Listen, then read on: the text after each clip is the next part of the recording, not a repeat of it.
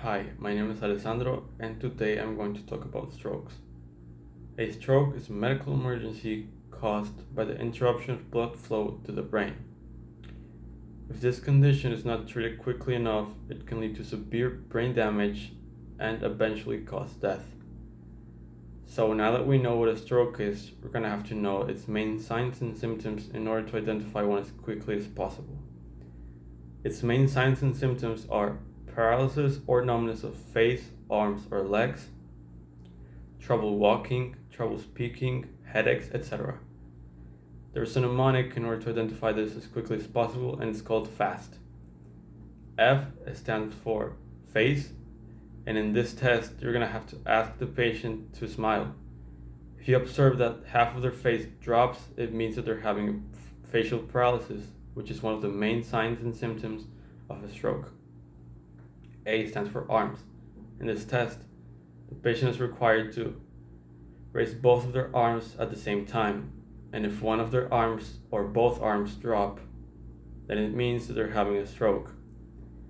S stands for speech. In this test, the patient is required to say a phrase out loud, and if the phrase is not correctly pronunciated or it's incoherent, then it means they're having a stroke.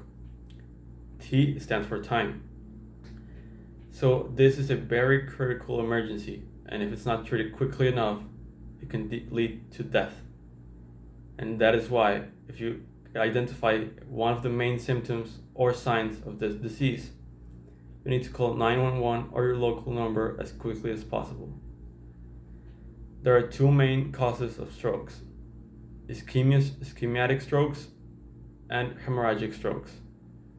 Ischemic strokes are caused by the blockage of blood flow to the brain, and is mainly caused by fatty tissue stored in the arteries.